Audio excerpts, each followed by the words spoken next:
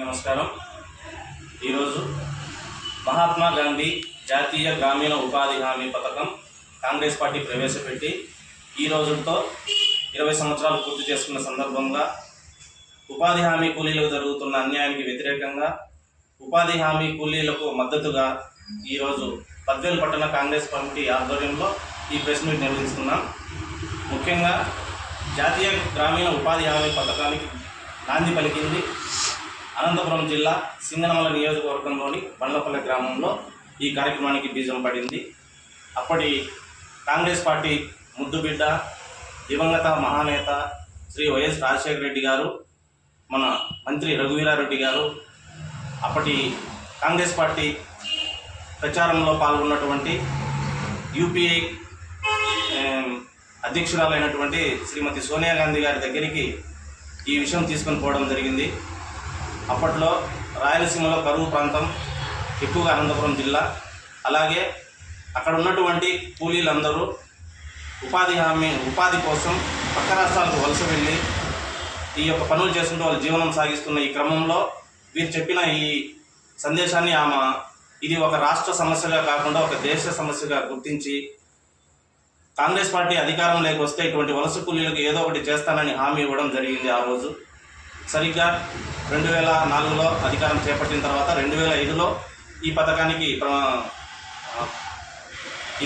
శ్రీకారం చుట్టడం జరిగింది. తర్వాత అప్పటి ప్రధానమంత్రి మన్మోహన్ సింగ్ గారు, యూపీఐ అధ్యక్షురాలైనటువంటి శ్రీమతి సోనియా గాంధీ గారు ఈ అనంతపురం జిల్లా సింగనమల నియోజకవర్గం బండ్లపల్లి గ్రామంలో ఈ యొక్క కార్యక్రమానికి, ఈ యొక్క బృహత్తర కార్యక్రమానికి బీజం వేయడం జరిగింది. దీంట్లో 2006లో ఫిబ్రవరి 2వ తేదీన దీనికి ఒక కొత్త చట్టం తీసుకొని రావడం జరిగింది. ఈ చట్టంలో 100 రోజులు ఉపాధి హామీ అనేది ఖచ్చితంగా ఉండాలా. తర్వాత కేంద్రం నుంచి 90% నిధులను మేము ఇస్తాము, 10% నిధులను రాష్ట్ర ప్రభుత్వం భరించాలని చెప్పడం జరిగింది. అప్పట్లోనే ఈ యొక్క గ్రామీణ ప్రాంతాల్లోనే మనం ఏ పని చేసుకోవాలా, ఎక్కడ చేసుకోవాలని చుట్టూ ఒక 5 కిలోమీటర్ల పరిధిలోనే వీళ్ళే నిర్ణయించుకొని తీర్మానం చేసిన 15 రోజుల్లోనే ఈ యొక్క పనుని అవకాశాలు కల్పించే విధంగా అప్పుడు చట్టం ఉండింది. ఇప్పుడు ఇది కాంగ్రెస్ పార్టీ ప్రవేశపెట్టిన చట్టం కాబట్టి పేదలకు నడ్డి విరిసే విధంగా ఈరోజు ఈ కార్పొరేట్ ప్రభుత్వం, ఈ యొక్క బీజేపీ ప్రభుత్వం దీన్ని ఏ విధంగా అయినా నీరు గార్చాలని చెప్పేసి కొద్దిగా సవరణలు చేయడం జరిగింది. ఈ సవరణలో వాళ్ళు చెప్పేది ఏంటంటే 120 రోజులు పని దినాలు కల్పిస్తాం, 20 రోజులు ఎక్స్ట్రా అని వాళ్ళు చెప్పడం జరిగింది. 100 రోజులు పెట్టిన మాకే డబ్బులు ఇచ్చేదానికి మీ కాడ లేకపోతే ఈ 120 రోజులకు మీరు ఏ విధంగా డబ్బు చెల్లిస్తారు? రెండవది ఏంటంటే వాళ్ళు చెప్పేది 60% మాత్రమే కేంద్రం ఇస్తుంది, మిగతా 40%ను రాష్ట్ర ప్రభుత్వం భరించాలని వాళ్ళు చెప్తాను. దీనికి కూటమి ప్రభుత్వం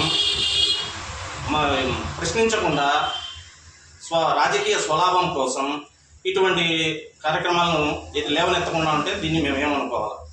ఒకటి అయినా కూడా పేరు మార్చి మహాత్మా గాంధీ పేరు మార్చి ఇంకో పేరు పెట్టాల్సిన అవసరం అంతా ఏముంది? ఆయన స్వతంత్రం తీసుకొచ్చినట్టు జాతిపిత, ఆయన పేరు ఎందుకు మార్చాలా? మీరు చేసేది సాధించేది ఈ కార్పొరేట్ వ్యవస్థను పెంచి పోషించి కార్పొరేట్ రూపంలో మా కాంగ్రెస్ పార్టీ పేర్లు స్వాతంత్రం సంపాదించిన వాళ్ళందరి పేర్లను తీయాల్సింది చాలా దుర్మార్గమైన చర్య. ఇది భారతదేశానికే అవమానకరమైన విషయము. కానీ కాంగ్రెస్ పార్టీ తరఫున మేము మా మండలాల్లో అన్ని చోట్ల మేము ఈ పథకం గురించి డైరెక్ట్గా ఉపాధి వాళ్ళే వచ్చి మాకు ఈ సమస్యను పరిష్కారం చేయడానికి సహకరించదని మాకు చెప్పడం జరిగింది. అదేవిధంగా ప్రతి చోట మీరు ముందుకొచ్చి ఉపాధి పథకంలో జీవనం చేసి 10 రూపాయలు డబ్బు సంపాదించుకుంటే పేదవాళ్ళు వాళ్ళే ముందుకొచ్చి మరి మాకు సహకరిస్తే మా వంతు కాంగ్రెస్ పార్టీ వంతుగా మేము దీన్ని మళ్ళా కొనసాగించడానికి 100% మేము ప్రయత్నం చేస్తామని సభాముఖంగా తెలుపు.